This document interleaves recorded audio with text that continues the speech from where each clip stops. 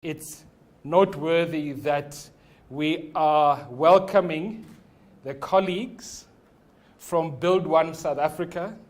One of them is at home here more regularly than others, but I won't spend too much time with her.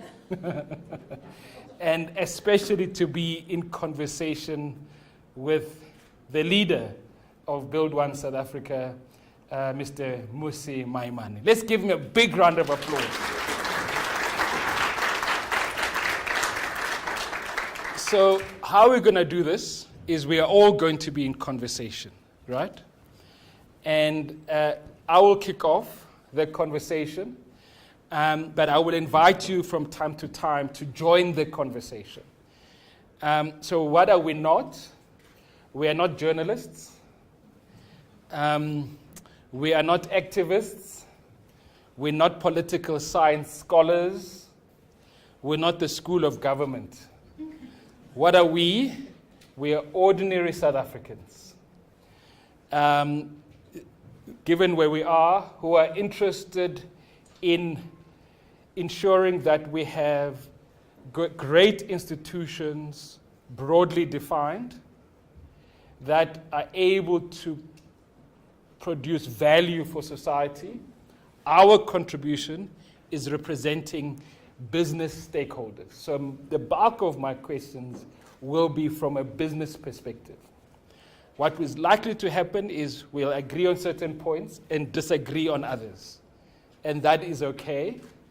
And as long as I said to one of my alumni earlier today while we're waiting for you, as long as at the end we exit with both our dignity intact in the process. So, welcome to GIBS. Thank you, Prof, and thank you for everyone for having come through. It's genuinely my great privilege to be at this campus. I've been here a couple of times. Yep, I'm familiar with that. I'm a big fan of what the work that happens here and the leadership development that's here. So not only are you citizens, I consider you fellow builders. We've got to build this country. Yeah. So I wonder if we can kick off with you, just maybe not at the building part, but when we talk about leaders, we're interested in leadership credibility. Who is Mmusi Maimane? Not the stuff that we read about, not the stuff of formerly leader of the opposition in the DA, but the human being that we need to connect with as potential voters, because this year is going to be very complex for us to make a choice. So we need to cut through the clutter of what I call bad promises of manifestos and really connect with human beings. So who are we being invited to connect with? Sure, and I think that's a crucial question. I like to pride myself as a citizen of the community of Soweto. I grew up as a descendant of a Xhosa mother and a Tswana father. That's tough. Eh? I know lots of Xhosa women that have gone through that journey with the Tswana family. I know. They call them Matosa.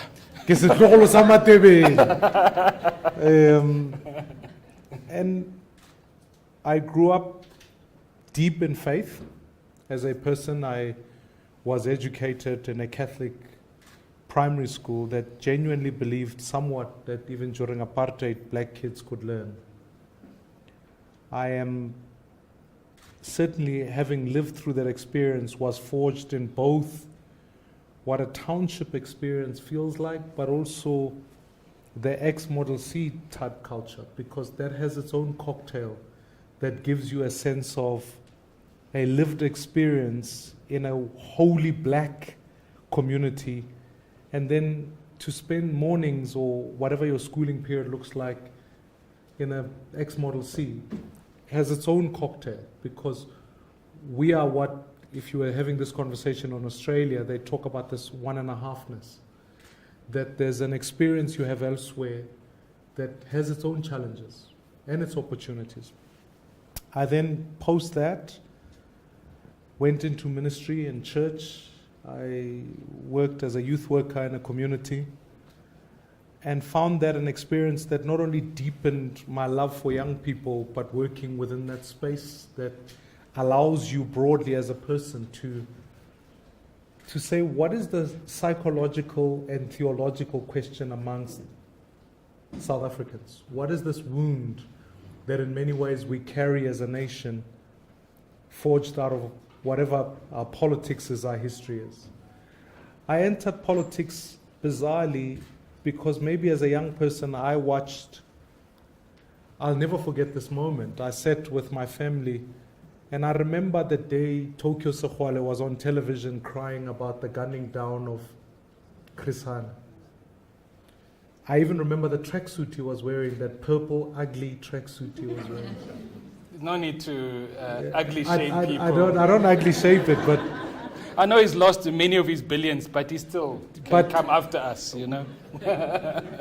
But I contrast that moment as a young South African watching this, thinking, you don't have a choice, but our activism was triggered by then. Maybe my interest in politics was triggered by that. And at the same time as that, watching Nelson Mandela's address, calling for calm, as I sat with my grandmother, who was at that time as committed like anyone else to go and fight the battle. I maybe learned how to make a petrol bomb before I knew how to ride a bicycle, which makes me both dangerous and but you can see the headline tomorrow. right. Mmusi Maimane is going to be taking a petrol bomb to Parliament. Yeah. But along with that, I think I've been forged in a faith that taught me justice, politics that maybe allowed me, given the tapestry of our history, to want to always be an activist. But then furthermore, I then got involved in business. In fact, in some instances, did a lot of leadership development work in this particular institution at some of the time. And got involved in the actual mechanisms of business. We ran a fund that funds started up businesses, so I have some understanding as to how, at least in some vague way, to create a job for someone. I am married to one wife. Do we say congratulations or commiserations? That's a great question. Never mind. I hope my wife will not watch. I have 3 kids. Congratulations. One where, when I left Parliament, you know, when you are unemployed and on 350, she's now 3 years old. so I tell you what, I always ask people this question, like, what did you do when we saw people during COVID? I at least feel like I made a contribution to society, right? But I think for me, this notion of, from a heritage of a mixed family in that way, now being married to a South African who is a white South African, and now have a mixed marriage and kids of mixed race, feel like both, maybe spiritually and naturally, have had weaved into my soul this idea that it is possible for different races to work together. And it is possible that we could be united by ideals. And so if you ask me what I am and what I fight for, I am a product of what this country has, both its education in the township and its ex-Model C school, both in its poverty of Soweto and the wealth of maybe some of the business work that I've done. So I kind of consider myself the weaved tapestry of the story of this country. And that's why... Okay, so we're getting a sense of in a word, somebody who is a bridge builder, who bridges different spaces of society, who bridges different cultures. And so that's what I'm taking out from that explanation, a bridge building, which is important. Here's an inverse question. Who are you talking to? Who should be listening to you? Because at a business school, we're interested in target market, at clarifying our messaging, So that, because you could do that easy route and say, I'm talking to everyone. And that road is littered with many failed endeavors. Or you could be very specific about who broadly you are talking to, who should be listening to you. Yeah, and I think that's an important question, because part of being a centrist in your approach to even economics means that you speak to a South African who always, when I speak loosely, I always say, I support a South African who supports the Springboks. You might say, what does that mean in code? It means I don't think a South African who says rugby is for us as whites only is a South African who I'll be speaking to, because they hold a particular prism about what this country should and look like. I also don't speak to a South African who will stand up and go, blacks and whites should not be mixing, and therefore rugby is not our sport in that sense. And I also don't speak to a South African who says rugby in the Springbok logo belongs in the past. I speak to a South African who says, how do we then take that vision of a non-racial South Africa forward? So it would then be a South African who recognizes our history, not one of a contestation of black versus white, but appreciates that there's a system that discriminated and therefore wants to work to a future that's inclusive. I maybe speak to a South African who we're in the same age cohort in many ways. They're a little bit younger than me in some instances, because even the electorate that we're targeting now happen to fall all the way up to the age of 39, and we're finding high favorability amongst those. And one of the best compliments I got paid, because when you do election research, you sometimes have to do focus groups and you allow people to sit behind and talk about you. It's the chemotherapy of politics.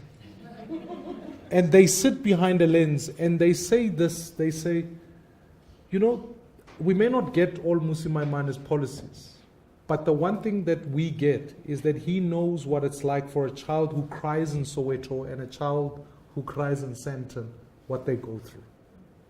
So to your bridge building conversation, partly that's an identity, but broadly, it's also about that South African who says, I can also connect with a story of someone who didn't grow up with wealth, but had to work hard all the way through and believes in that. Because there are South Africans who say, maybe the state is my solution. Or there are South Africans that say, the system isn't working, let's burn it down. Those are not my audience. But South Africans, when we called it Build One South Africa, I genuinely want to put a lot of cachet on the word build, because I'm interested in people who want to roll up their sleeves and say, let's build this country. Okay. So in 60 seconds or less, what is the key pitch? Because we are in a world where if the message is too long, we're not going to forget. We're going to zone out. We're not going to remember we'll zone out. Yeah. What is the key pitch? 60 seconds or less. I could have been harsh and said 30 seconds, but I can see... No, I think it's an important question. And so you like to preach. So I'm going to double the time. 60 seconds or less. Yeah, look. Firstly, I think South Africa needs ethical leaders. Secondly, we need to recognize that prosperity of this country is shared, that South Africans from all walks of life are united by values. We have an economic plan that will ensure that in households and citizens who don't have a job, there's at least a person working in that job. And we bring about an experience that's not only from Parliament, but also from civil society and from business that can harness all the skills of this country so that we can achieve shared prosperity. That's my vision. So in places like these, one of the core skills we teach is healthy skepticism. Sure. So allow me to be a healthy skeptic. That's important. As opposed to a cynic. We don't like cynics, they just bring you down. But skeptics, they keep you honest. I hope you see it that way, right? Yeah. So can you break that down practically, as opposed to giving us what at a high level makes us feel good, right? Especially given your experience in government. So I'm not talking to new guys who've never been in parliament, new guys who've never really had rough and tumble with like contestation of ideas. You've been there. What is really possible and what can Build One South Africa do that is different in the practicalness of those 5 key points that you raised? Yeah, so let me start maybe with the ethical leadership question, because when I left Parliament, part of my dilemma was it is possible for people to arrive in Parliament and in essence take an oath to the Constitution of the Republic, but what they really mean is that the Constitution of the party trumps. So that's why fire pools can become swimming pools and vice versa, whatever the case might be. So what I then did, in practical terms, we went out and fought for the electoral amendment bill. People loosely wanted to say, no, you're fighting for independence to stay. But actually, I wanted for democracy to come back to the people, and at least, not that the test for ethics becomes one that says they are religious or whatever, but at least in democratic terms that you are first and foremost a servant of the people and you represent someone. So we fought for that constituency-based model, which I still think is one of the pathways of accountability we can see in this country. When the Constitutional Court ruling went back to Parliament, Parliament loosely kind of complied maliciously with the Constitution by saying, we're just going to add independence to the ballot. But that didn't solve our problem. That's why you have problems of proliferation of too many parties. You've got these signatures thresholds, because you're not trying to fix for something that's impractical. So I'm going to stop you. I understand all of that. I watched your 60-minute YouTube interview. 60 seconds. No, there was 60 minutes. I watched. but so I get all of that. But does everyone get all of that? Well, I invite them to go and watch YouTube. Yeah. All right. Because here, what's interesting, we actually don't lecture. But let me finish in just in 30 seconds. 30 seconds I'll give you. So then, part of the problem with Parliament is that the quality of members of Parliament has been declining since '94. Because not only are they not accountable to people, but there's no incentive for development. That's why at Build One South Africa, we had to go back and say, let's go back to community, identify talent, train it. And when you look around the room, you've been able to attract people who don't typically come from political spaces, but actually bring a set of skills that are unique for the purpose of government.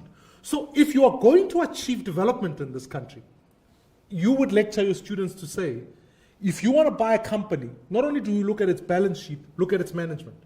And so part of South Africa Inc. that's failing is that the management of South Africa Inc. not only is it old, but it hasn't got good ideas for the future.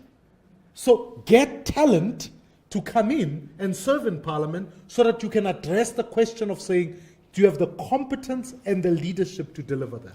So let's stay with that. Let's stay with your talent value proposition. Yeah. Talking to the 39 years and younger population that you referred to earlier. I saw the list of your delegates that you published, was it a day or so? Yesterday, actually. It was yesterday. How are you communicating the individual value proposition of your delegate list in terms of their ability to get things done? Sure. I think, again, we need to take a step back. BOSA didn't just publish its list yesterday. Maybe I made a mistake. No, you are correct. No, Yes. Prof, I'm happy to take criticism back this way. I don't know, we are both going to walk away with our dignity. Yes, which is why I'm saying I don't cheat. When I've made a mistake, I admit. So, when we went and recruited candidates, we asked them to be profiled in their communities, for them to each get 1,000 signatures. We trained them and then immediately published them. It was important in October last year for people to know, people like Kathy Berman, who's right here, Nobuntu Hlazo Webster, and many others who sits in our list. With their business qualifications, we published that because we said, before this thing becomes something that's submitted at the IEC, and you as the voter actually have zero right to object, remove, whatever. Except if they're criminals and Even if they are. or they don't live where they say they live. Because even if they are going to parliament. Because Oh. the party does that. I We then gave the right for people to interrogate, and we had candidates. We had people ask us questions about this one or that one. Where do they come from? What do they mean? What is the skill that you are talking about? What are the qualifications? Each one of the candidates had to be on social media permanently communicating who they are, because at the end of the day, we want to create that link. Now to your next question, which is the next work that we're doing. I'm going across 9 provinces, indicating not only who are the premier candidates, but potentially what is the team now selected from that initial competence that can come on board and show that skill. I was myself. Even, when you talk about intra-party wars, one of the nicest wars we had to fight is when I announced that you can't go to parliament without a post-grad qualification. People in the party were incensed by that. But I still think that that's important, because I could appreciate. Thank you. I mean, I can see the GIBS share price increase. That I can appreciate that pre-94, people could sit back and go, I couldn't get an opportunity to go to school. But we've had 30 years. Yeah, even Now your it's former time- party, they don't need You, degrees. you understand what I mean?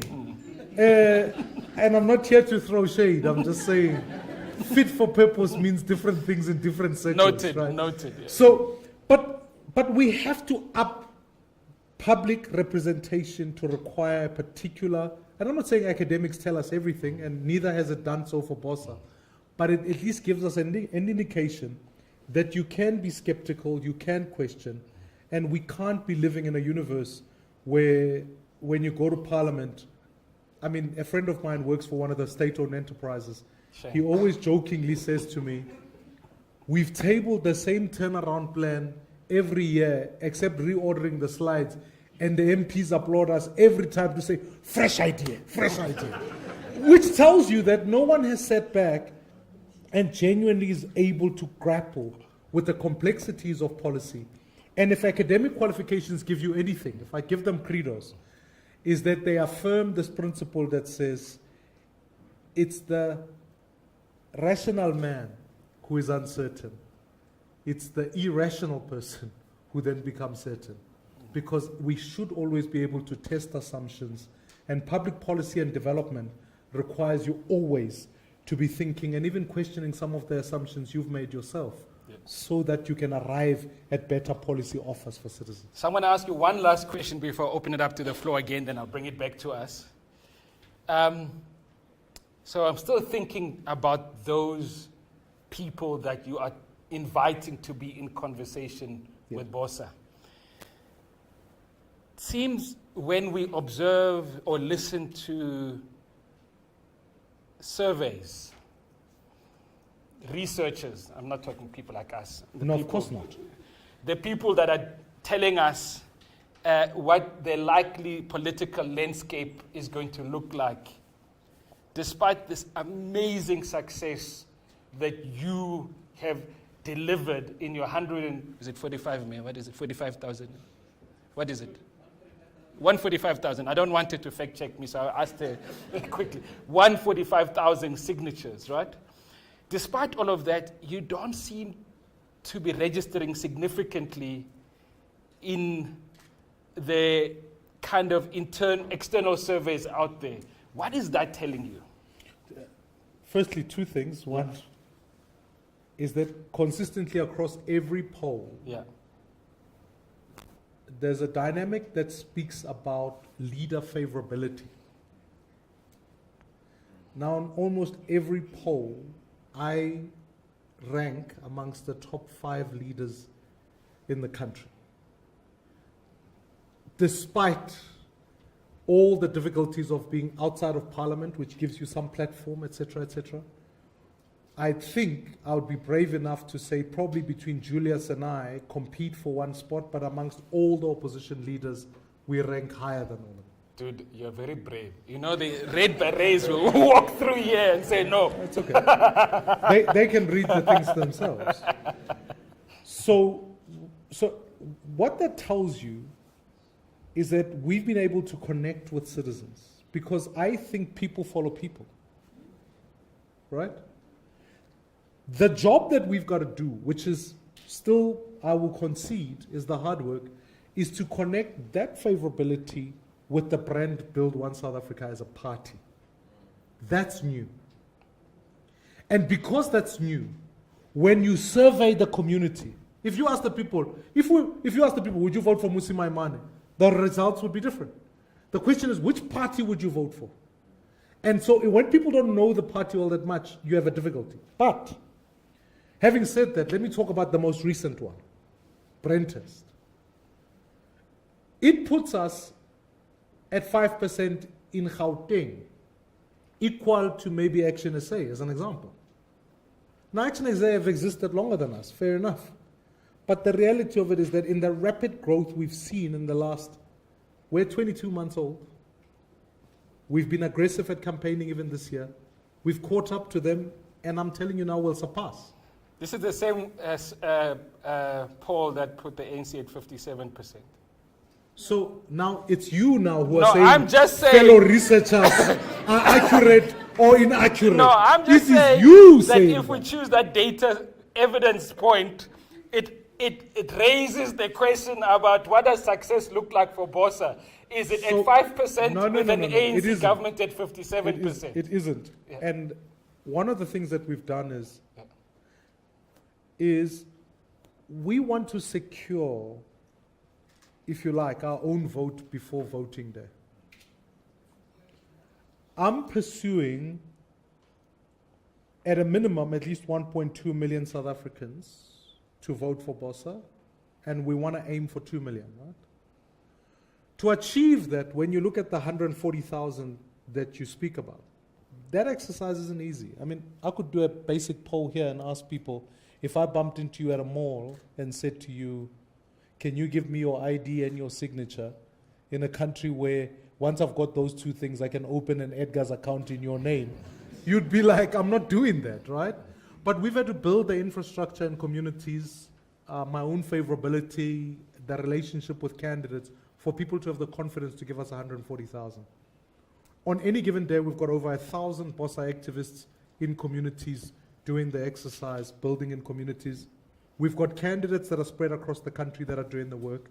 And I'm confident enough that that 140,000, given that the intensity of that work has been over the last month, we can, as we multiply the numbers, get to over 1 million before May the 29th. So that's baked in voters already as a starting point, and we're working to that. We call those prospects. They still need to show up, especially the guys under 39. I've got 2 of them in my house. I'm praying they go out to vote. Yeah, sure. Sure. No, look. Yeah. But if you're not... So you're talking about hot leads, not voters. Hot leads. No one is a voter, everyone is a hot lead. Yeah. Because no one has voted. Yeah. So... No, I'm And- giving you and- credit for the amazing work, and I think I did frame it that despite the outstanding work, these surveys, polls are not registering the right message. Does that give you pause? No, That's really the question. I'm not overly concerned about it at all. We have our own polling company that we work with, and we're comfortable enough that with enough resources and people on the ground, this election will not deliver the outcomes as they say. The same poll said Jacob Zuma is at 13%, which is hard to believe. So there's so many things that are baked into this issue that let me say this, if I was ever going to be populist tonight, this is the only populist thing I'll say. They got it wrong with Trump, they've got it wrong with Maimane. It's going to be an interesting day. I'm sitting with that. I'm sure we'll come back to that. So can I ask, there are peppered in the room, like staunch BOSA people. I'm going to ask you just to sit out for the next 1 or 2 questions. And then there are people that are here to discover for the first time. Can I ask them to ask this guy some questions? And then we'll ask the BOSA guys to also maybe make a contribution or ask the other people questions. Because we want the conversation not just to be here, but to be in the room. Yeah, fair. So, ma'am, when you please introduce yourself. Don't give us your ID number. Just introduce it so we know the name of the person that is talking, and then we can take 3 questions. I've got 1 question here. Okay, pink always works. And Tanya there. So that's it, that's 3 women. Okay, so I'm going to start with 3 women, then I'm going to go to 3 guys. So round 1 will be 3 women, and then there'll be 3 guys, and then we'll go to the BOSA family. Sorry, your name, your rechte naam? My name is Lorna Ferguson. Hi, Lorna, welcome. Hi, thanks very much indeed. Okay, my question is, I think slightly muddled, but the end point is, who is Mmusi Maimane, the fundraiser? That is really what I would like to know, because we were treated to a Sunday Times front page spread of Roger Jardine, like who, you know. Former chairman of First Rand. Yeah. You mean the ex-chairman of RAND, you know, had to resign to do. Yes. Yeah. So who is Mmusi Maimane, the fundraiser? Yeah. So the rumor was that he was coming to the table with R1 billion from who knows where. But anyway, that was the rumor. And then I don't know where and how much Rise Mzansi has fundraised. But Rise Mzansi has also got itself off the ground in the most astonishing way, because, you know, it's been networking on social media and that sort of thing. And I'm very curious to know why Rise Mzansi and BOSA haven't teamed up, and what's happening to all the money that Roger Jardine seemed to have. Awesome. I'm going to pause you there. So we want to know source of funding, alliance with what looks like similar. Yeah. Well, you know, I Yeah. mean, so With Roger Rise, Jardine's, and then who's got Roger Jardine's $1 billion? Yeah. So we're really keen on that. So can you help me? We need questions on the other side, right to the back, then we'll come back to you. Sorry, ma'am, we just need to kind of tight questions, right? It was tight. Yeah, I agree. I'm just saying, when I took it away from you, please don't take offense. You snatched it out of my hands before I finished. Oh, I'm so sorry. Do you want to use my mic and just to complete? Go ahead. Hello. Yes, continue. Just finish off. Then the other people will talk. How much money have you got? Awesome. Wonderful. Thank you. Wonderful. All right. Then when I come here, you can bring down the mic once you're done. Keep it tight. Thank you. Good evening, everybody. I'm Tumelo Sogane. Sorry, your name is? Tumelo Sogane. Tumelo. Nice to meet you. My question is, it's without question that our country has a very negative past when it comes to racial inequality. So I want to know, what is BOSA's policy on affirmative action, and also how do you plan to reconcile that? Because if I'm getting the message correctly, your whole thing is let's reconcile and build one country. So yeah, thank you. Awesome. Great. Over here. Thank you. Hi, my name is Tanya Sigamani. I see quite clearly that Sir, I BOSA didn't get your name. Tanya. Tanya Sigamani. Yeah, she's one of ours. She passed an entrance exam. All right. She's just not a visitor. She really earned her way to Right. be here. Yeah. Amongst other things, BOSA stands for A Job in Every Home. Yeah. What are their policies around development for those particularly under 39? Talking to 2 segments particularly, so the empowered millennials and our Gen Zs and unemployed graduates. Thank you. Awesome, wonderful. So show me your money, show me your color, show me the job. Go for it. Lorna, I nearly pulled out my wallet and said, this is how much money I have, as I carry it with me. So 2 things, Lorna. Let me speak about the money aspect of it first. Anyone who's donated over 100,000 to BOSA has been publicly declared. We've been doing it's at the IEC's website. You can check out all of that. So that's the first thing. The second thing is, we launched a crowdfunding initiative that I think innovatively will be one of the things we get right in the next while that speaks to voters, because it's been fascinating to see how people are willing to give you 1,000, And so maybe part of it is to ask you if you can put some money into the kitty, that would be helpful. But the crowdfunding initiative has really been incredible. And we learned that from international campaigns where people make a small contribution, and what you really are after is lots and lots of low-value donations. Because as the system is set up at the moment, it's common cause that actually the parties in Parliament, even the current electoral amendment bill, will benefit them in splitting the 2 billion rands that will be allocated towards the parties in Parliament. I can't speak about Roger Jardim and their money. I cannot speak about Rise Mzansi and their money. That's their business. And whatever the donors of, as Peter Bruce says, they must now figure out what they're going to do. We certainly are committed to the principle that citizens who are committed to funding the vision that we hold must contribute to it. And the more you do that, the less you are beholden to a few individuals.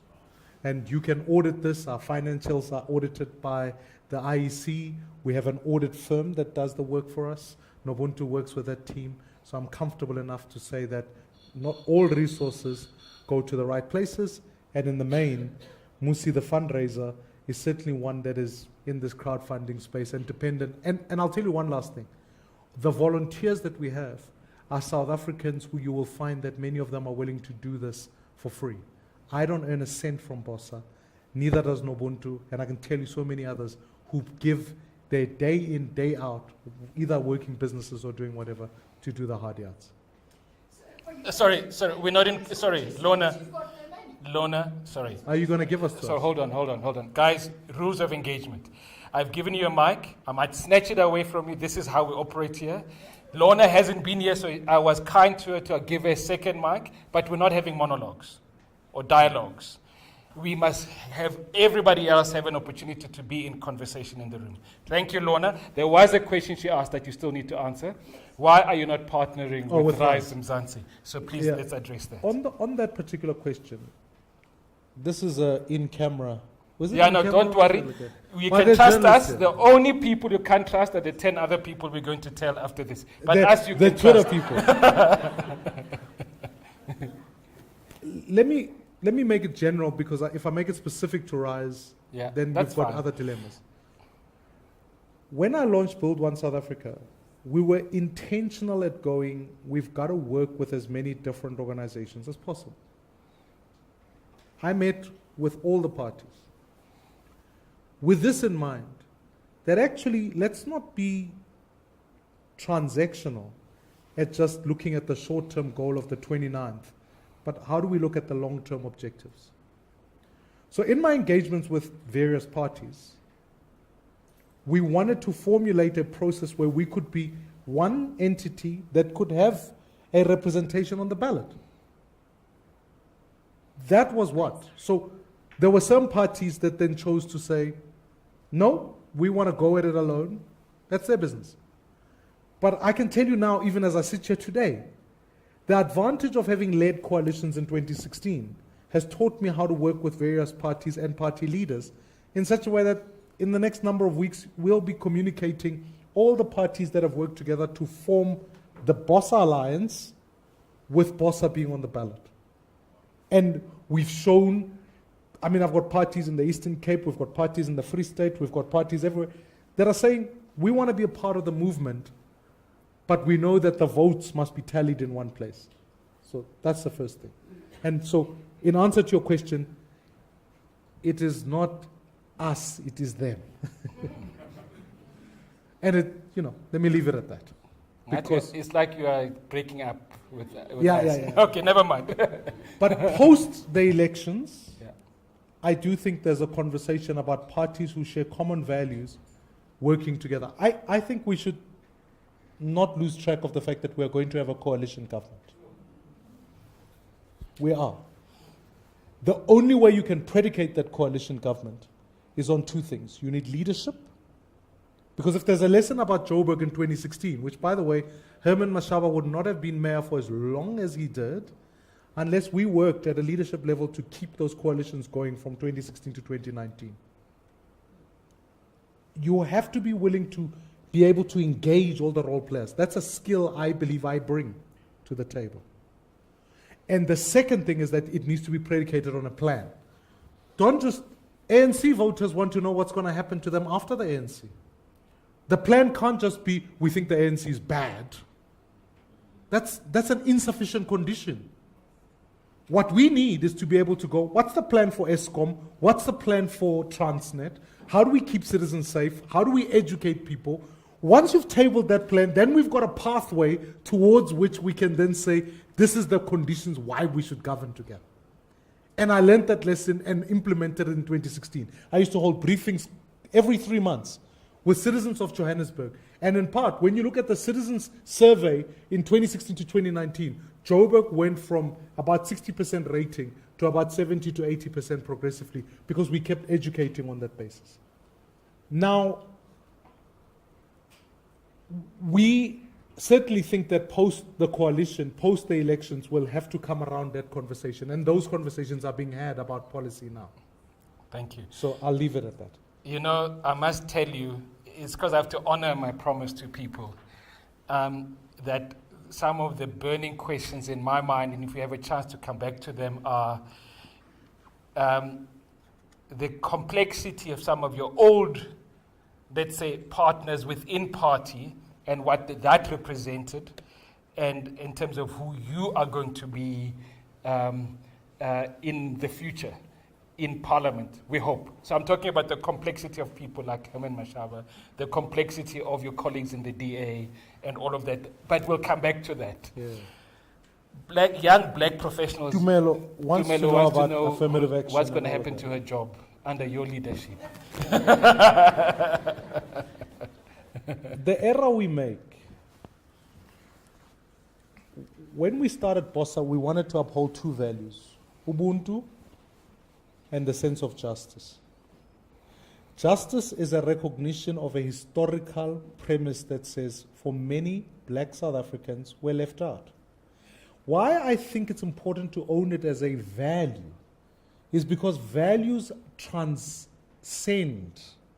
Because I think it's important for white South Africans to also own the value of justice. I think it's important that all of us collectively recognize that value. Because if you don't own the value, then any policy that you do afterwards can become a function of compliance rather than a function of being able to advance the interests of society in its oneness. That's why legislation such as BBBEE fall apart, because they just become compliance. So, let me then to your specific question. We have a policy in BOSA called Build One, I think it's a Build One Economy. That's what it is, right?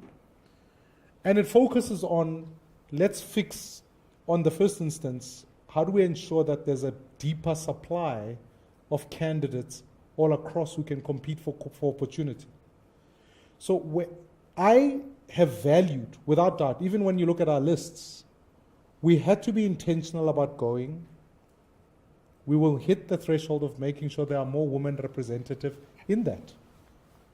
The fix had to also make sure that in our supply, there are more women who are contesting for positions. It's just as a basic principle. We've also been very deliberate about going, when it comes to issues of education, I talk about a jobs and justice fund. Because I think once you have that fund, you are able to then go back and say, where are black South Africans who were not able to go to university? The state must pay for it. And the first time they get to repay in any kind is when they get a job. Because I hold the principle of redress. Now you begin to address the crucial question of making sure that there are always talent being flooded into spaces. So that when we arrive at your question about affirmative action, then I'm genuinely picking among South Africans of equal talent, and in this instance, in the interest of redress, of course we must favor South Africans. Yeah, Mmusi, you know, to be honest, that is a very clever response, which is an indirect answer. Yes or no? Do you support affirmative Of action? course I support it, but Okay. I have to come back. No, I have to make Raul, sure the we rules are... understand the pipeline. So, in the current Employment Equity Act, black female has preferential treatment. Under the BOSA presidency, will she continue to have preferential I treatment? want more black professionals in government. So I've got to No, make I'm sure we talking in the achieve... private sector. The health of our nation will be dependent entirely on making sure black South Africans, particularly women, are advanced, both educationally and furthermore in employment opportunities. It is something I want to champion and continue to fight for. Okay, now And that's not being populist. now we in know the why you room. left the DA. Okay, cool. Thank you. Just- Tanya asked the question about a job in every home. Yeah. Again, this is the difficulty of trying to explain. So there are multiple interventions that we've got to put on the table. Firstly, the macroeconomic climate in this country does not enable easy economic growth. So there are a couple of things that we need to do, both from a monetary and a fiscal policy conversation. I want to affirm the constitutional provision on the monetary policy and the MPC, on inflation targeting, and as it's expressed in the Constitution. So let's park that. Let's talk about the fiscal policy and where your investment goes, because there are 4 essential elements that are missing. The first is we have no energy, right? So I've engaged multiple international partners to say, how do we introduce 2 things in meeting demand, which is about SMRs, which are small modular reactors that allow you to deal with the question of baseload. And secondly, how do we deal with this issue of reducing demand by introducing build-on-operate models that say, how do we ensure that companies, mining, steel manufacturers, reduce demand? Because we're not going to quickly tomorrow morning transition into what is called sustainable energy unless we deal with the reduction of demand so that you can transition quicker. I'm going to be difficult. I mean, this is not a new idea. No. But we must understand the fact that whether it's new or not new, Yeah. the facts on the table are no one is doing it at this point. Yeah, that's also not entirely true. It is. There are If it people, was, we wouldn't be dealing with load no, shedding. it's not being done at scale. I agree with you, but I'm just saying it's not as if there aren't projects that have been proposed on a similar basis, and no one has tried to do this. Of course, we understand the policy dimensions and difficulty with the ANC government at a national level, but I'm just suggesting at a practical level, if you were making a good promise to South Africans around energy, right?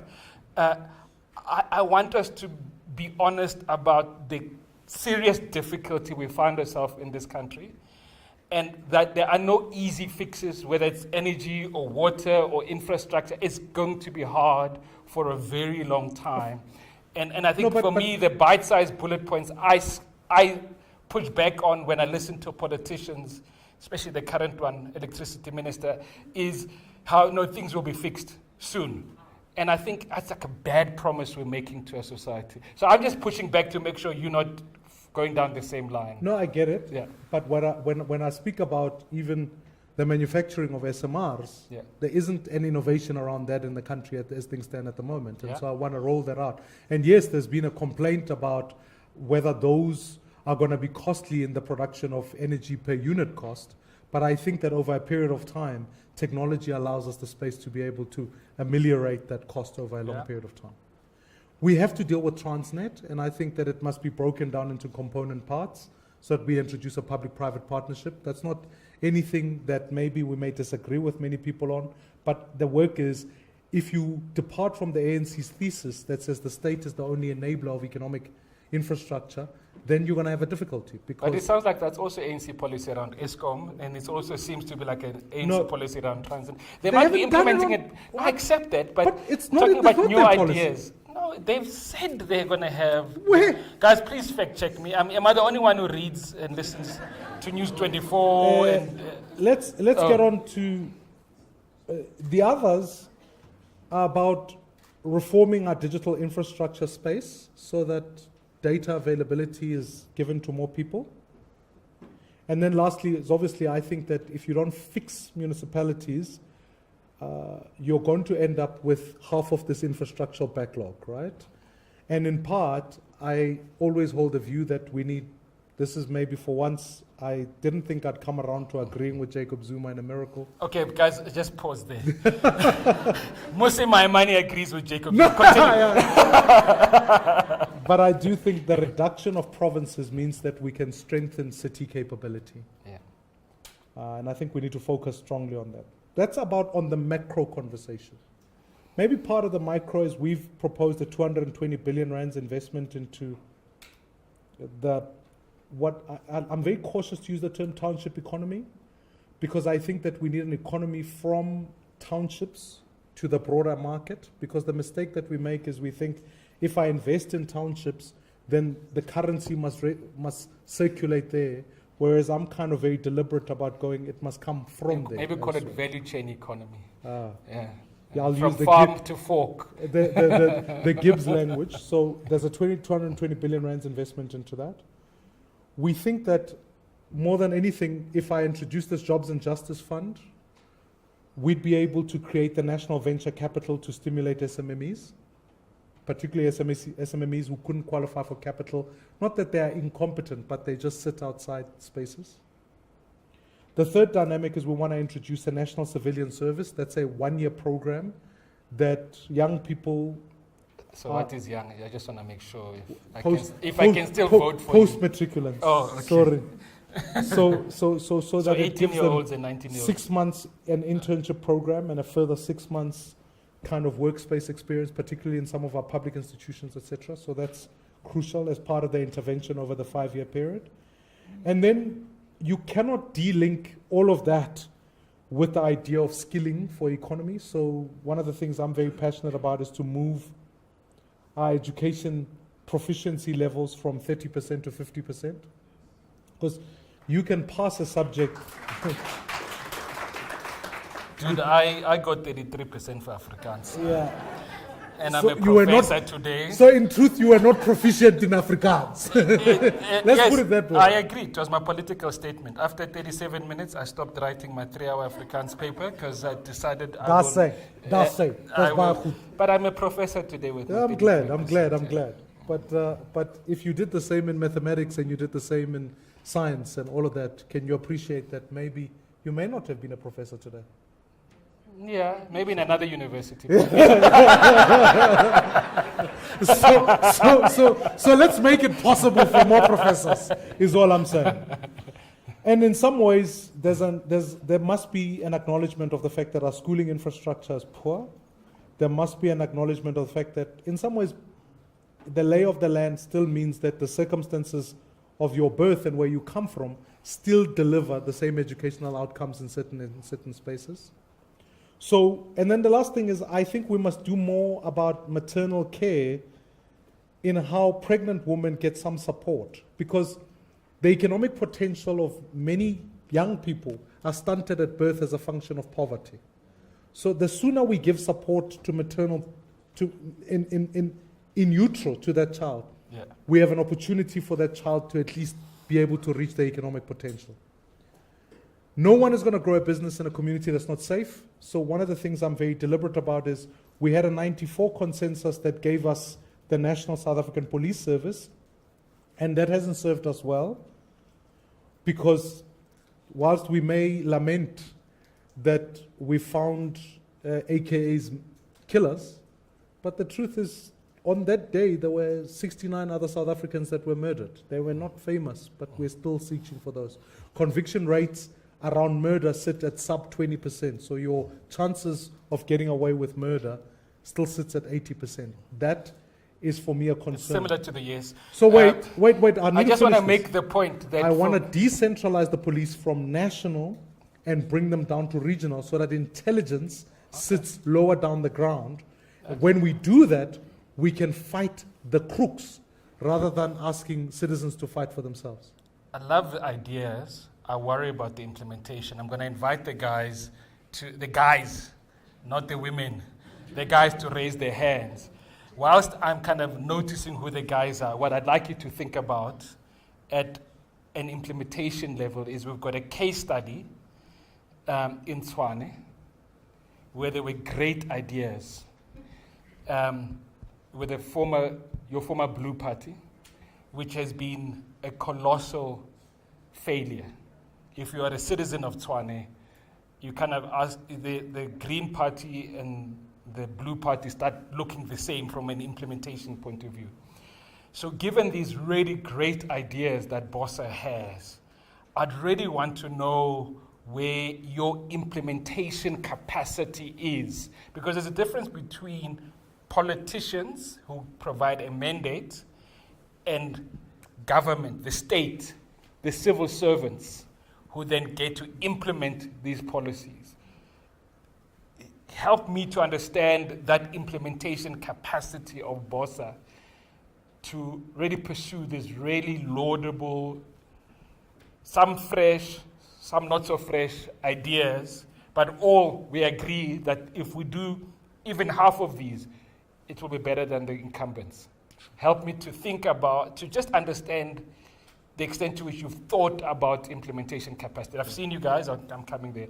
Talk to us about implementation capacity. I mean, one of the things that, and we've learned some difficult lessons, like we talk about being a government and working. And in many ways, when I've gone to communities and discovered there were water problems, we've had to really pilot certain things and see whether local contractors are able to build boreholes for us. This is small scale stuff. I'm not saying that this is... And for which I have enormous respect, because I'm just a teacher. So you are an actor in the ground. I'm in there trying to understand how we could work in partnership with communities, make sure the water is distributed fairly, and that at least there's some water in the community. And we've done that in most provinces that we've been at, KZN, Limpopo, Western Cape. These are provinces where water shortage is not water shedding like in Joburg. There's actually been no water for weeks and months on it. Yeah. But what that simply means is that we are obviously not the government. And what has happened in the last number of years is that a culture was created in South Africa where public service was your side hustle, your main hustle was self-enrichment. And that was led principally by the president, right? Because the president modeled the idea of saying, no, I can do other things, and then moonlight as the president. And that filters all the way down. You then get a Home Affairs official who's incentivized to say, well, actually, when the system is down, I make more money that way because I can offer special services and a pipeline for people to get certain things. So I took it upon myself to go meet with a public service commission that's led by Professor Somadoda Figeni. And we had an extensive conversation about going, can we be able to create a rubric of state capability so that we know that when you appoint a water engineer, actually these are the qualifications that sit with a water engineer, and we create an easier pathway for people within the private sector to be able to fulfill those jobs. Because the state at this point in time suffers for two reasons. One, the moonlighting corruption bit, but the second is there is a lack of clarity as to what is competence within a particular portfolio. That's why you can arrive at a police station and be led by someone who hasn't done policing, Ria Pierre. And that culture filters through. So we've got to create a public service commission that aligns competence, job specs, and then begin to attract. My job isn't to compete well in the marketplace of ideas. So in true style, I'm grateful that you think we've got ideas in that space. But furthermore, the reformation of the state and creating its capability is going to be the next hardest task that I think any government is going to undertake. And starting with which is the minimization issue, is about the reduction not only of provinces, which is a constitutional issue, but also I feel like in government, it's not, people always debate, is it head count that bloats the state or not? It's actually when you look at in real figures and numbers, actually we've got people who are working in government and civil service, we've got senior leaders who are overcompensated for doing very poor jobs. And therefore, until you create the competence criteria that sits around that and appoint the right people and remunerate them accordingly, you'll never win. Case study is when I was in Joburg. So I know your side, Tshwane, but I can talk about 2016 to 2019. We had to work hard at making sure that officials who weren't doing their jobs within that space were dealt with and were removed.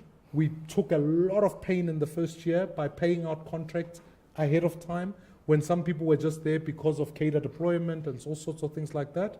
Now, and then we started, Dr. Lekwareni, when he was being brought into the city of Joburg, he was someone who came in and wasn't even a DA-aligned person or anything like that, but you had to find the best people and make the pathway clear for them to come and serve.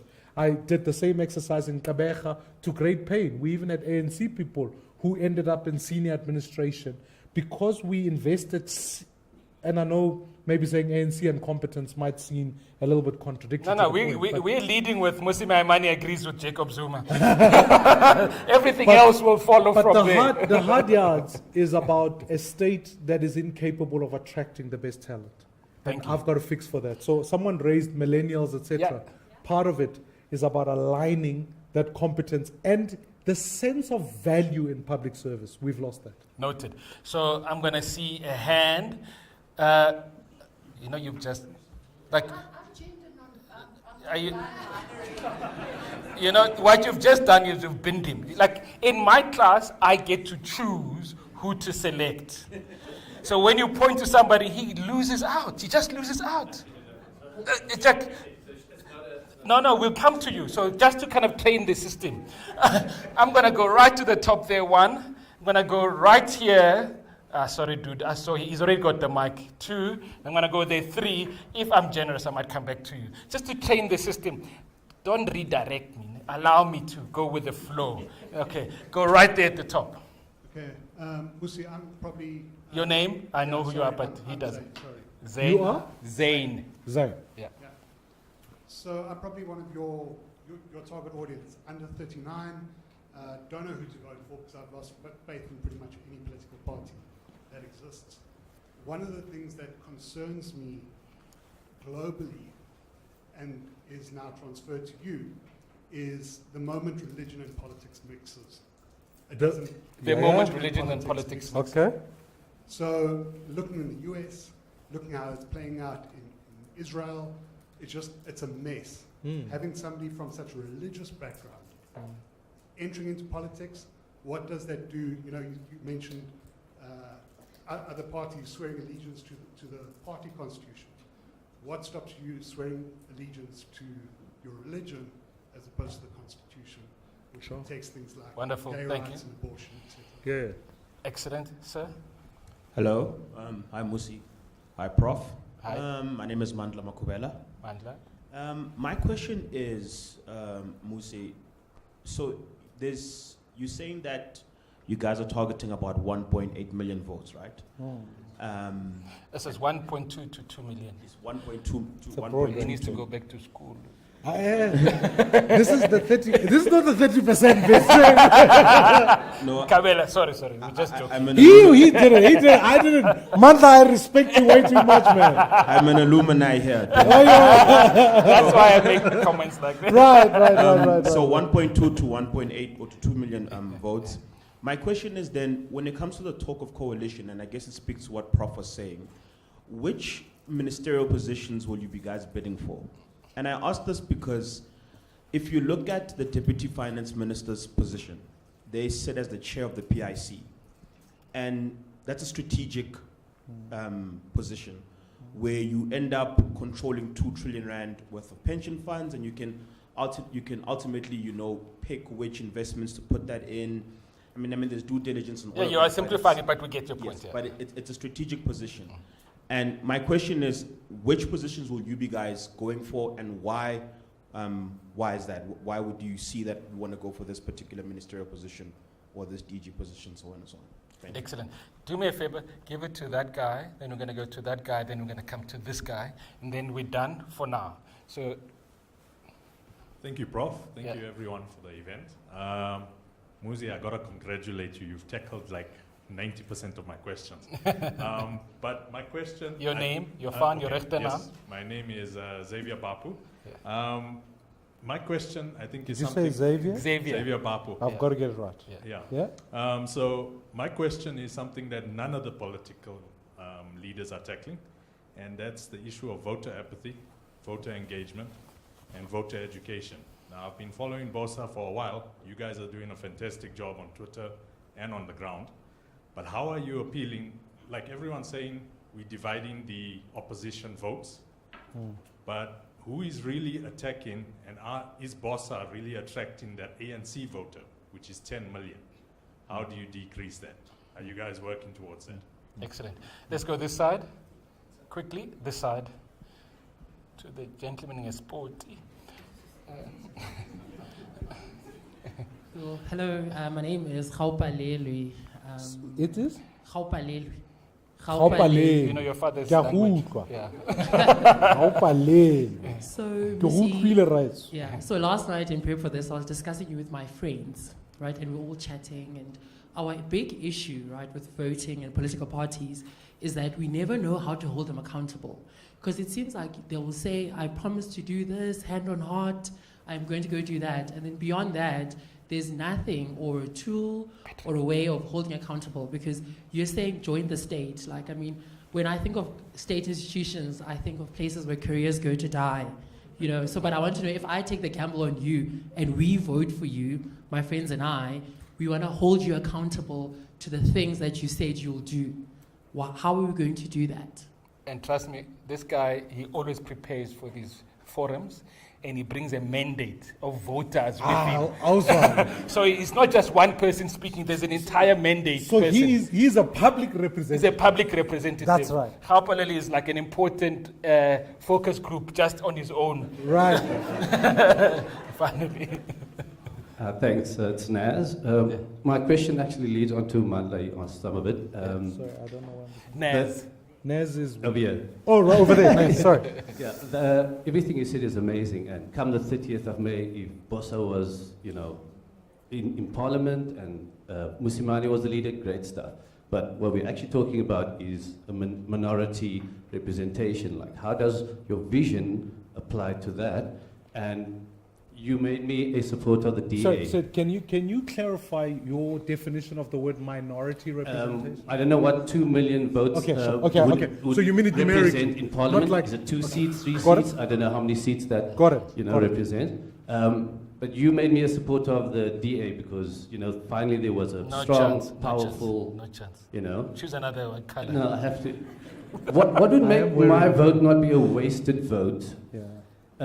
if you do not link yourself to the numbers that the DA bring and the service delivery and the vision that you were part of, you know, in building? In other words, why do I now vote for Mmusi Maimane that told me DA is what I should vote for, and now he's saying actually vote for BOSA instead? Naz, Thank you. what's his name? The Red Berets Commander-in-Chief said, if you don't vote for Jacob Zuma, you will die. Right, that's what he told us. No, he said he would kill for Jacob Zuma. No, before that, he Oh, told okay. us that you will die because you're going to go to hell and you'll die. And then a little later when he formed, he told us, no, it's okay, he was just joking. So anyway, we start with Zain, we'll end up with Naz and a whole host of interesting questions in between. Zain, the beauty about the South African Constitution is that it reigns as the supreme law of this country, right? My faith is deeply personal to me, and I would go ahead and say that there are many people here who hold personal faith. What does unite us, though, is the fact that the Constitution allows us to practice that faith, and we must always defend the Constitution. I've been in spaces where even some of the Christian and church community has in some ways steered away from me because they said, you know, you hold constitutional views on issues. So my history itself has been one where I've, as someone so neatly put it, we have to find the best ways to moralize our politics, but we cannot politicize our morals. Which is what I think is happening in the US. There's a politicization of morals. That's not my agenda. My agenda, maybe as a person of faith, is to answer the question, how do I ensure that there's ethical leadership and I remain an ethical individual in the choices that you make. It would be wrong, even as a Christian, for me to stand up and go, we govern for Christians. We govern for the Constitution and the interest of all South Africans, even more so when you don't share a common faith. And my history bears itself out on this issue. And this is not to suggest that you say what needs to be said for your own purpose. I have my views. I'm entitled to those.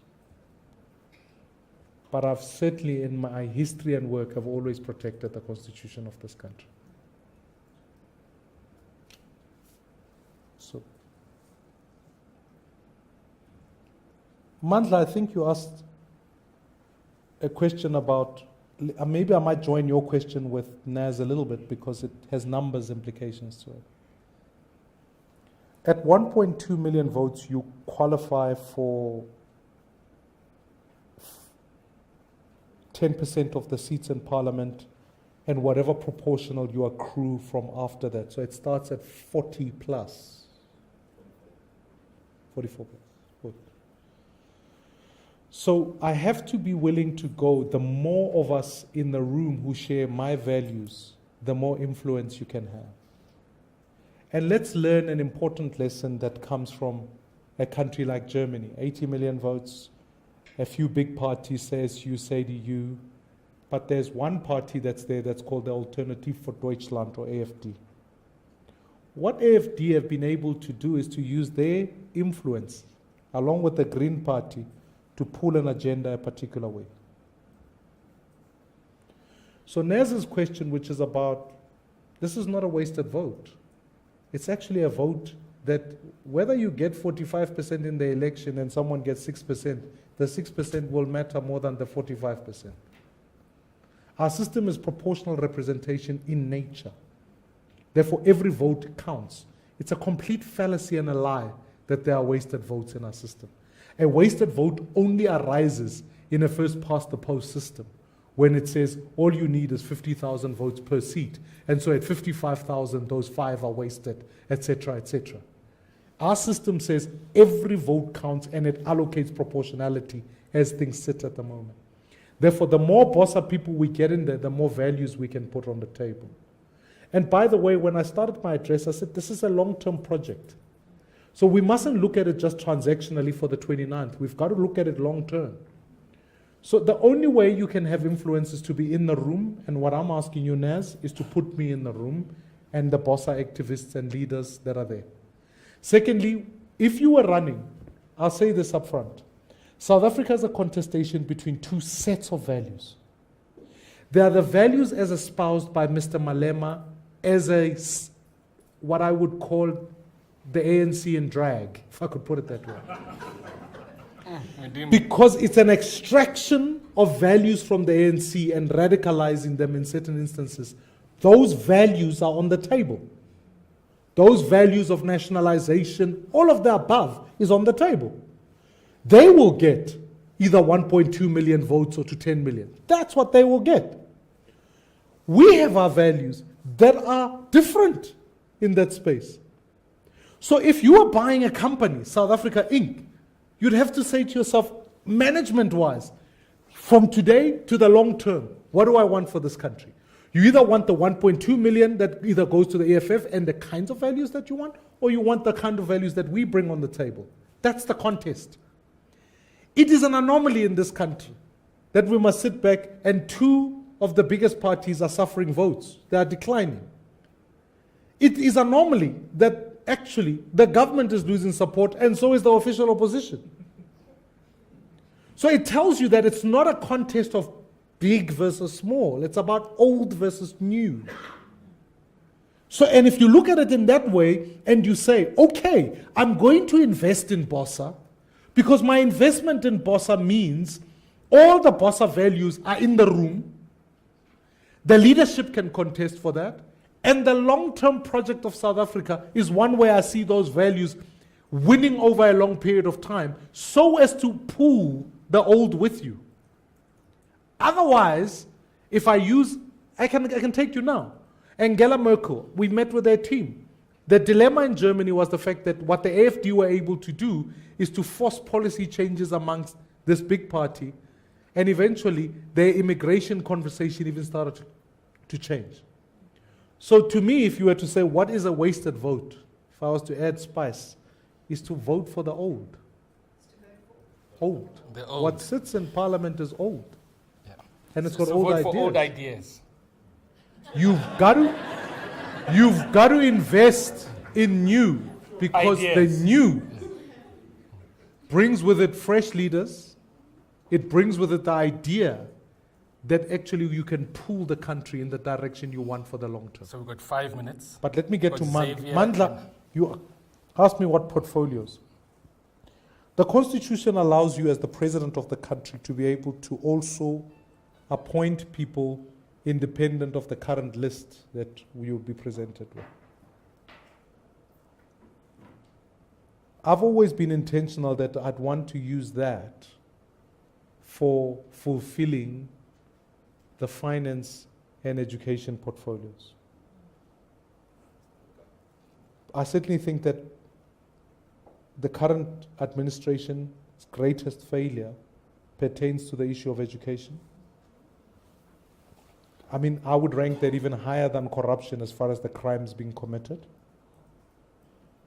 And I think that finance gives you the fiscal repositioning to direct economic activity, let alone the strategic position of the Public Service Commission. Not the PSC, I mean the PIC. But it also allows you the space to say, and as far as investment is concerned, how do you direct it? I think that the Minister of Finance has a very important fiscal role in executing policy.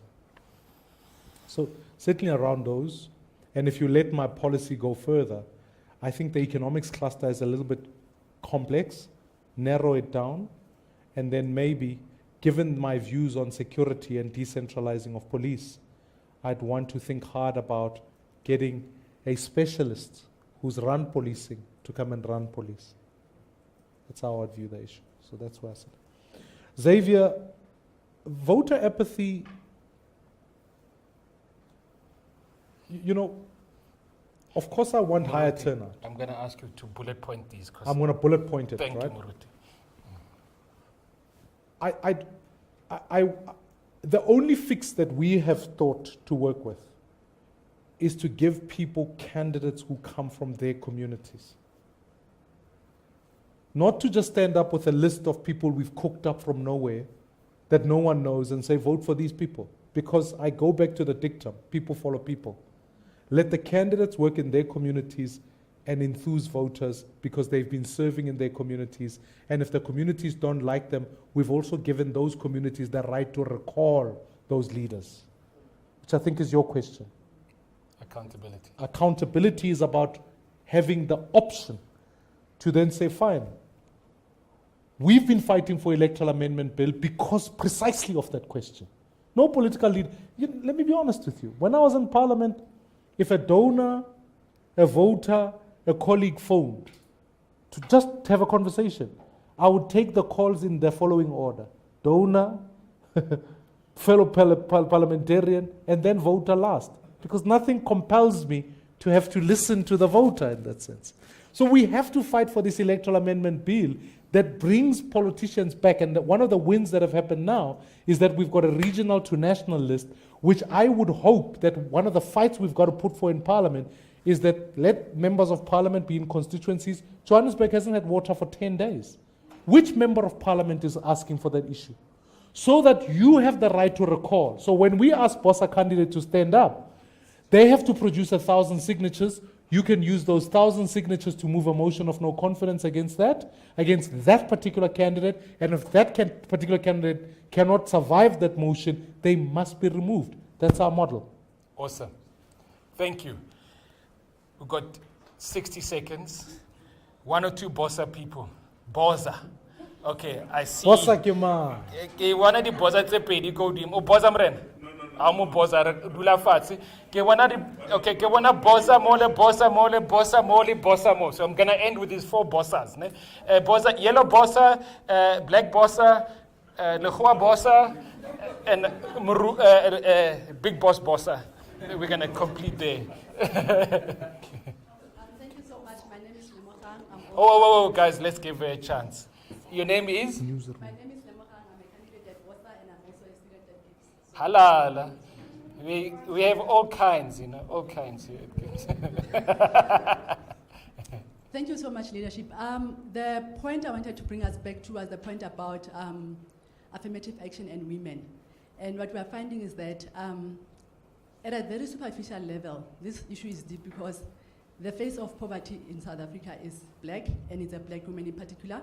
And when you go into the corporate sector, what we are finding is that women have been discriminated against, especially black women. And I'm not saying other races not. I'm just taking it from the context of where we are coming from as a country. And now what I'm trying to find out is that I heard you mention a point that make it sound like, our leaders just being superficial and making... Not on that particular point. Okay. On others, I might have suggested it. I'm not saying I won. I was You just pushing him. are impugning my dignity. I was just pushing him to see how strong, whether he'll survive the red berets. And I think that's what I'm trying to get to say, because as a black woman, that issue is very personal to me, because the corporate is not very accommodative of black women. You are seen as aggressive, and when you are trying to then fight for your place, then it's an affirmative action issue. And what you heard him say was that he actually is advocating for women leaders and supporting that. So I wanted to find out, from GIBS' perspective, how then do the institutions of learning then support parties like Build One South Africa to make sure that this representation of women, based on competency, which is also what he said, is also supported and is felt by the women, and they can see that when they come into higher positions, they can also succeed, because, as you said in our last session, women are competent. More competent. Women are competent and men are confident. So how do we then balance this gate? She does, eh? So you said that? Yes, I did. I'm fighting. That's unbelievable. So I would say we don't support a political party as GIBS, or any political party as GIBS. We are a home for all political parties. We would encourage and advocate with ideas that we believe in, and do so based also on our track record. So, for example, 70% of our EXCO is women, female, by birth. 56%, no, it's not a joke, I'm being clear. 56% of our lecturers are women. The vast majority of our professors, like more than 50%, I don't remember the exact number, are women. So I'm just giving you kind of a sense of, I'm an anomaly. I'm just holding a place for the next female dean. The previous dean was female, right? And so this is a place where women excellence thrives. And so we then work with other organizations and civil society and political parties to say, don't just talk about it, here's examples of excellence, let's work together on that. I didn't realize I needed to defend, but anyway, I hope that's a helpful No, of course response. it is, and I would ask as an institution of learning to also advance the fight to make sure that the pipeline of the young women who drop out of school is something that public policy in any government must be fought for, because the truth of the matter is that there are too many young girls that start school but don't finish. And the reality of it is that we live in a society where the very architect of apartheid was the dismantling of family, particularly the black family, which means that invariably you end up with a number of women South Africans literally left holding the baby. So now that you really care a lot about education and the excluded women, jokingly I'll tell you, we have an amazing green entrepreneurship initiative where 100% of the students, delegates, it's a funded, they don't pay, it's fully sponsored, are and I have permission to say this because I asked them, are survivors of gender-based violence. Sure. All right? And that's just one of several such initiatives. So we're not just looking at people like Mandla and others who can pay, we are funding people that can't. Yeah. No, it's important. So I think what then we would say, partnering with politicians like you, is how do you fund such initiatives at spaces like these in higher education platforms to make sure that we are safe spaces for all, not just for the few that can afford to come here. Yeah. I think that was, then there's the Build BOSA, the one in black t-shirt. I would also, I noticed that I don't want to compromise my very good friend, but Mmusi Maimane is in the room. I'd like to also hear from him about the AA question without... no, that guy's got his own political views. but I mean, he speaks extensively on redress, and he's a voice that I've heard a lot from. So. Mmusi, you've been invited. Mmusi is a great friend of GIBS. I don't know whether you're speaking at Mmusi or as part of the GIBS community. You'll tell us later, Mmusi. Please introduce yourself. Good evening. My name is Lydia de Bebe. Mang? Lydia. Lydia, nice to meet you. Yeah. Mr. Maimane, as a young candidate under your political party, and I'm also under 25, what can I look forward to under your leadership? How are you going to mold me into my newfound position as a young citizen? Sure. Thank you. Okay, so can I get the other questions also? Sorry, Morena, you've been the lady here. The lady. You can suppress the view. Yeah. Hi, Mmusi, can you see me? I can see you, Maria. So my name is Maria de Toy. I'm also a candidate of BOSA. So the question here, or the debate, is about politicians making promises, and then off we disappear to parliament or to municipalities, and then we don't keep to our promises. So Mmusi, I want to flip that, and I just want to put it out there about how difficult it is to function and perform in these political spaces that we have in South Africa. So we mentioned Tshwane. I come from Tshwane. I know exactly about the city in rack and ruins, and then I was formerly a Tshwane councillor. So I held that position for a while as a PR councillor. And then there is a fellow candidate also in the room who was in that process. And it was extremely difficult to be successful in the current Tshwane coalition. So I think that is the one question that I have, is that BOSA is moving for electoral and political reform. So these spaces that we function as politicians have to be changed, because even in a coalition we come from different parties and we don't allow one another to shine, and service delivery is not paramount when it comes to a coalition like that.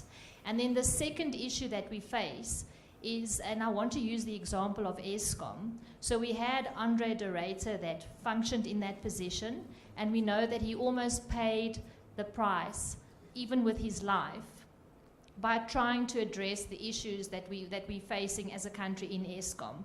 So it almost seems as if no matter who we put in charge of Eskom will not be successful. So Memiruti, you need to kind of like truncate. Sure. So what we need to do then is we have to dismantle the criminal networks. So then I just want you, Mmusi, to just put out there what are BOSA's ideas about dismantling criminal networks. Finally, over here.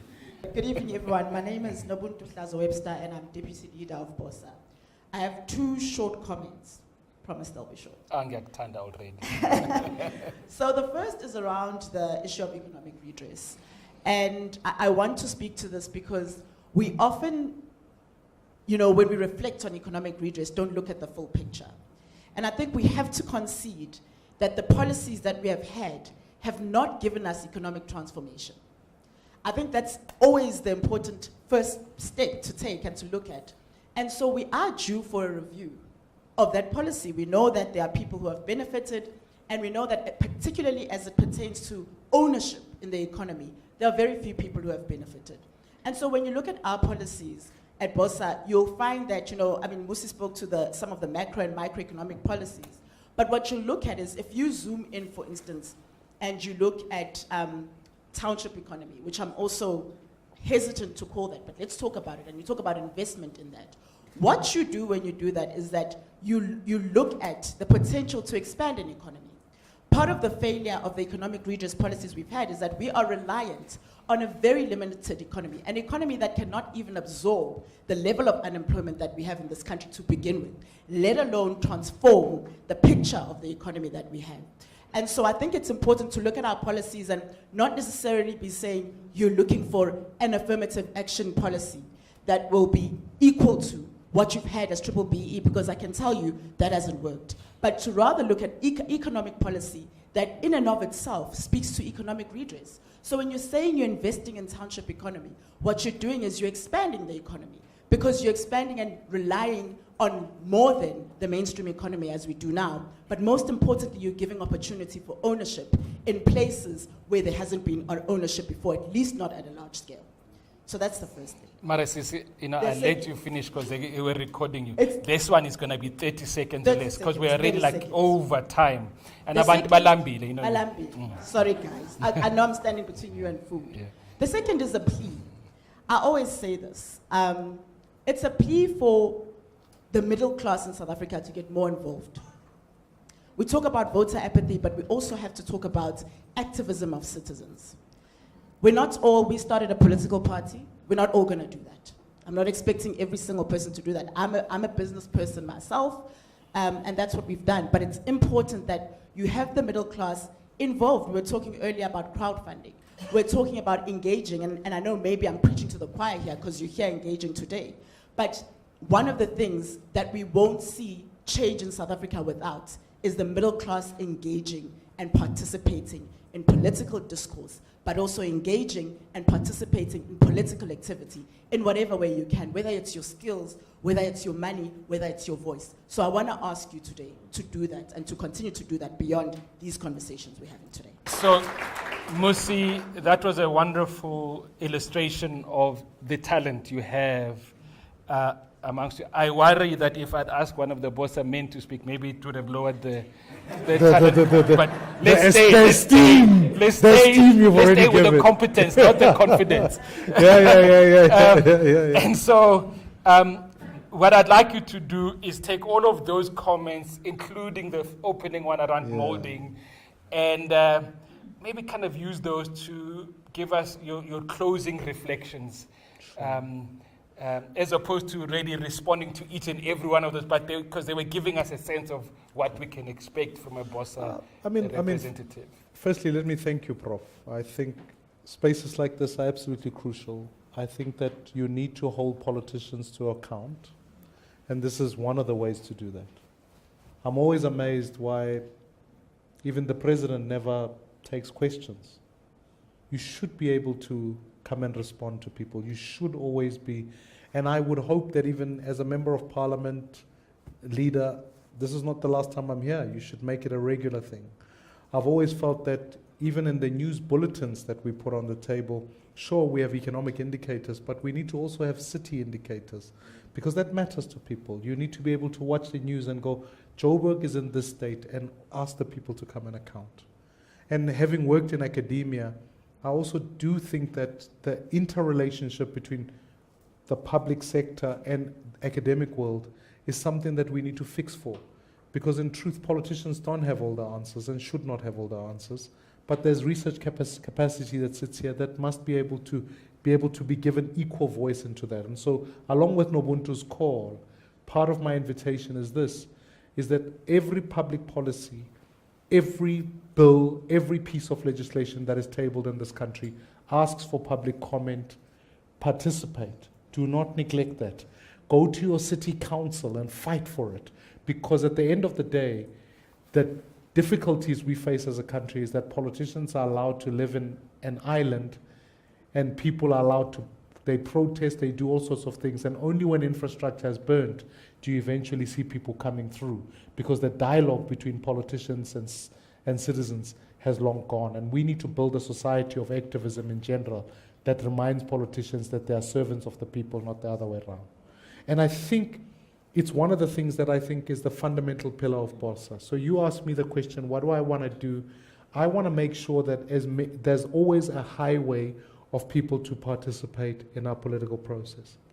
It may not all be public representation in parliament, but it must be in civil activism. So we've got a diversity of talent because we pay a price for it.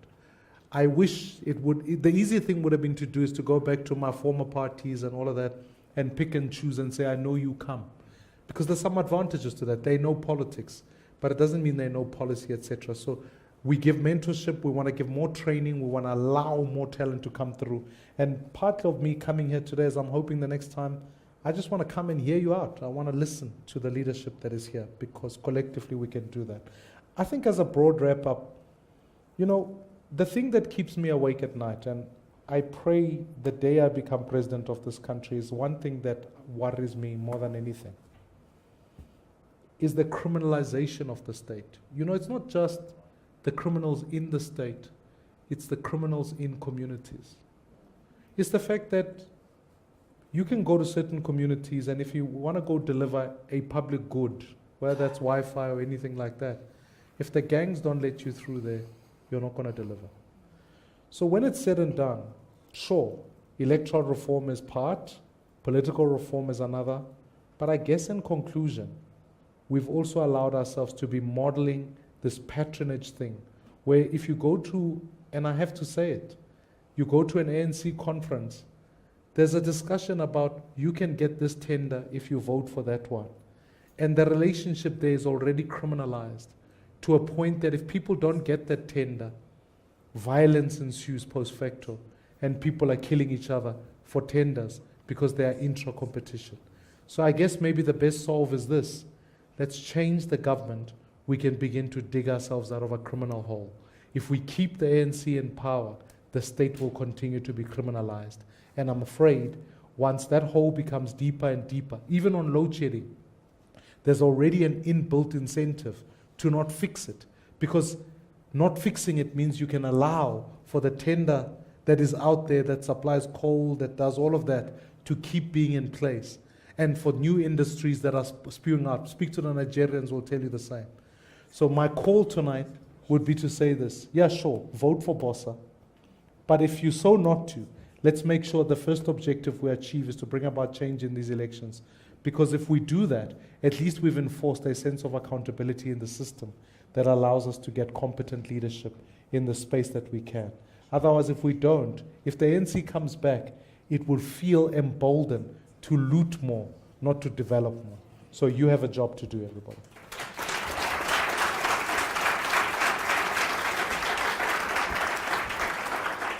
So, everyone, you've met Mmusi the man, you've met BOSA the organization. The question you have to ask yourself is, thanks for reminding me, I say some of these things and I forget, is he confident or is he competent? And does it matter?